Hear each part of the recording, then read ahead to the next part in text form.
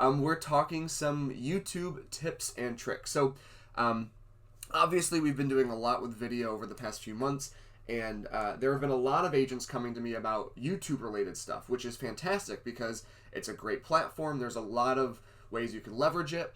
Like most social platforms, though, it's one of those you could spend a whole day talking about it sort of a things. So this is not meant to be a deep dive into every specific aspect of of YouTube. So used to saying Facebook. We do have a video on the Schmidt Video Classroom that is specifically how to create a YouTube channel. So if you go to schmidtvideoclassroom.com and you click on YouTube, if you search for YouTube, you can find that video. So this is not about how to create a channel or how to upload a video specifically. There are 3 different quick tips here that I want to talk about in regards to video as a whole. So we're going to go through these. And if you guys have questions about these ones on the way, let me know. But I feel like we are going to be doing more YouTube-related content as time goes on. So 3 quick YouTube tips and tricks. Tip number 1. Titles are important.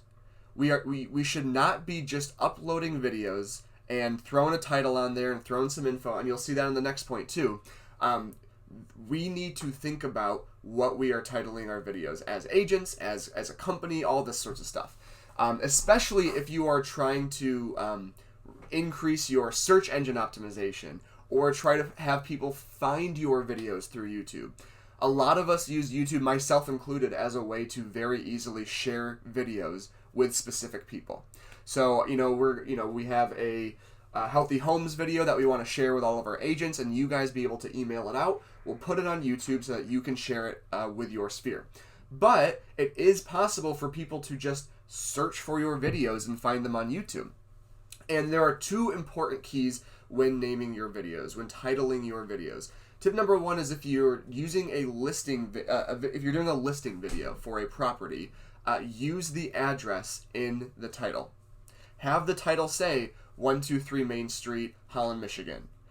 Maybe you could start it with hot new listing or luxury listing or something like that. You can have that text in there, but you do want to have the address. The reason why is this is fantastic for search engine optimization, which is where do your videos, where do your websites show up in Google when people search for things. You may know this, you may not, but YouTube is actually owned by Google. So YouTube inherently has fantastic search optimization with Google because they're the same company. So you titling your videos with your listing in there will help get it very easily within that first week. Your video could be showing up on the first page of Google if people are searching that address, or depending on the community, the area, and a bunch of other things, it could even be in more general searches too. But if you're doing a listing, have the address in the title. Other videos, and I'm going to explain what this means here, other videos should be titled How People Search. And what I mean by that is your title should be formatted with the way people would search for that topic on YouTube. So, these are a couple examples here, but people might be searching for, is it better to buy or rent? Or how much does renting cost? Or almost the way that we use Google to search for things, using questions or using certain keywords, that's how we should title our videos.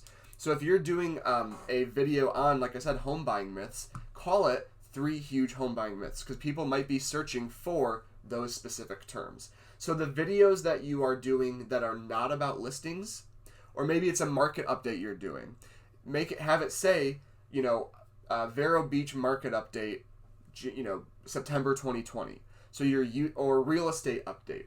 And I wanted to share an example of one of these. This is an agent, Christoph Chu. He's an agent in California. He does a lot of great stuff on YouTube for his brand, for his marketing in general. And you can see that a lot of these things. What is a daily hot sheet? Luxury home market update for Los Angeles and Beverly Hills. That's a great one because he's putting in those key markets in the title. So if people search for luxury home Beverly Hills or something like that, it's going to start to be pulled in to those search results. As we scroll down, you can see a lot of other stuff like that. How to buy or sell in today's market. are home values appreciating or depreciating? So he's using those keywords, the words that people would be searching in the title. So, or again here, home pricing tips. This is a video that a realtor might be searching on YouTube. I know a lot of our agents, a lot of people watching this, search for stuff on YouTube. So now he's also doing content that could be helpful for other agents by people, by titling it with home pricing tips. So titles are important. If you have a listing, make sure the listing address is in the title. And then for other more general videos about other content, make sure that those keywords are in the title, and that you're sort of titling you're titling the titles in a way we would search.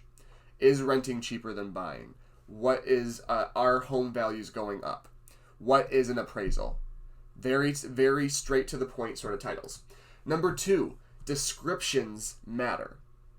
Descriptions, when you look at a YouTube video, we'll just click on one of Christoph's real quick. A description is what you see down here. When you've got so you've got the video right here, you've got the title of the video right there, whoops, and then you've got his profile picture, his account, and then you have the description. Every video has a description. Not everyone uses these descriptions, sometimes well or sometimes at all.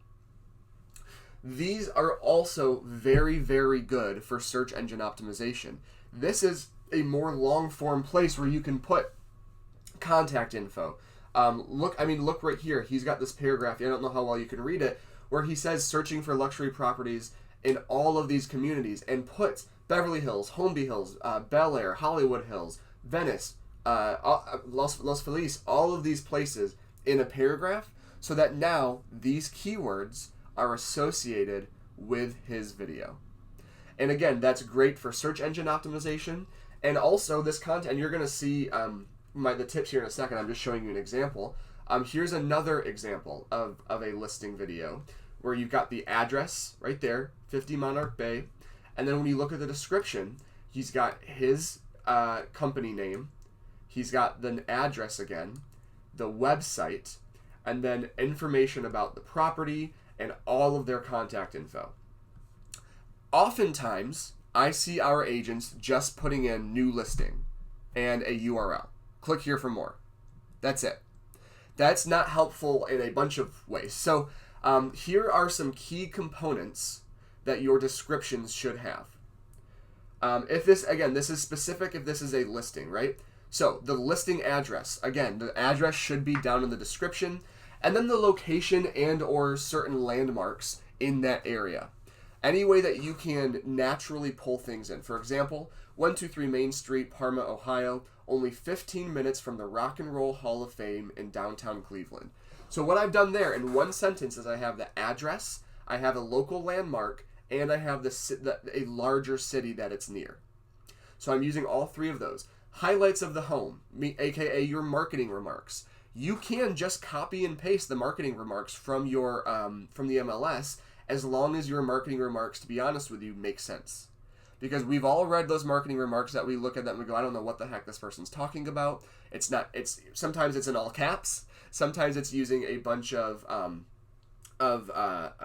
abbreviations that don't make sense for the consumer. So make sure that the way you enter those marketing remarks makes sense. Short sentences, maybe even bullet points, straight into the point where if I'm a consumer and I know nothing about real estate, what I'm reading makes sense to me. A link to the listing on your website so that people can click for more information. You always want to give someone a place to go, a call to action. If you're interested in this video or in this listing, click here for more information. And then, of course, links to contact you in that same fashion. Give all of your social media in the description. This is helpful, A, for people to be able to contact you, but again, it's also helpful from an SEO standpoint, because the more you can link to your accounts across the internet, the more traffic they're going to get, the more it kind of goes into the Google algorithm thing, but it's going to ultimately be better for you. So again, looking back at Christoph and Tim's examples here, Tim's got the address, he's got his website, he's got a little bit about why you should work with him, And then he's got all of the links down here. Learn more about the group, look at our films, contact us. Here's our phone number. Here's all of our social media.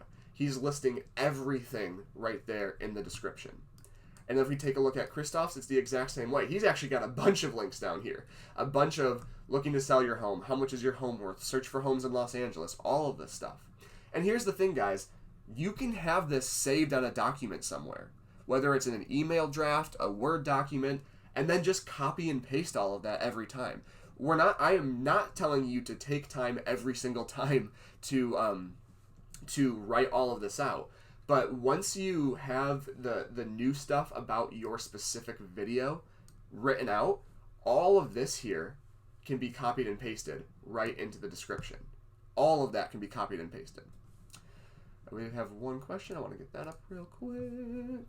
Yep, Google Doc. That's a great point, Carrie. Thank you. Having a Google Doc where you have that set up. All of your links. Again, copy and paste just like that. That's a fantastic place to put it. Thank you. Last but not least, guys, playlists. So playlists is how you can organize videos on your channel.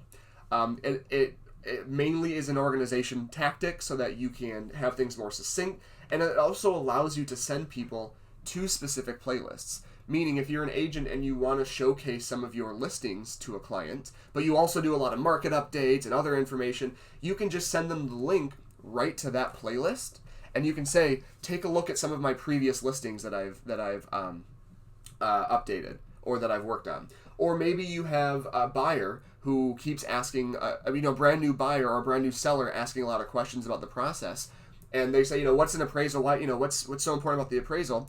You can say, well, hey, I did a video on that. I'm going to send it to you. And if you take a look at the playlist, there are a bunch of other home buying questions. So if I would take a look at those and see if those answer any of your questions as well. So the example that I want to use here, of course, is the Schmidt Video Classroom. So you can see a lot of our playlists. We've got our Moxie Mondays. We've got BlueSync. We've got our longer webinars, which is where we have our, the most recent ones are the Bomb Bomb videos. We had the Facebook Friday series that we did, which is a huge deep dive into Facebook. Because if you just go to our videos page, there's so much here. There are so many training videos here, and you're not going to know where to start. So that's why we have this playlist page created, so that the information is much more succinct, it's easier to locate, and you can get to where you're going quicker. So again, guys, those are 3 just quick tips to make sure that our videos are as optimized for YouTube as possible. Every little thing we do makes our videos better. If you just start working on your titles to make those more catchy, and this is a bit of a side tangent for JD. I hear the word clickbait thrown around a lot. Oh, that title's too clickbaity, which basically means what we try to make it mean is like you're trying to get clicks. Like, I can't believe this happened in downtown Los Angeles, or would you believe blah, blah, blah, like that stuff where you go, I don't know, what did go on? What clickbait really means is misleading somebody. So if you do a video title and say, check out these 3 new homes in Los Angeles, and then you start the video and their homes in Traverse City, Michigan, that's clickbait, because you pulled somebody in with basically a lie. All that to say, trying to grab people's attention in the video, in the title, is totally okay. That's what gets people to click on stuff. So try experimenting with your titles. See if you can come up with interesting and again, kind of attractive titles to pull people in. Make sure your descriptions have a lot of information. They have all your social media. Get that Google Doc going or that email draft where you can copy and paste it, and then organize your videos using playlists. All these 3 things are just 3 little things you can do to make your videos shine more on YouTube, more searchable on YouTube and Google, and just make them look a bit more professional.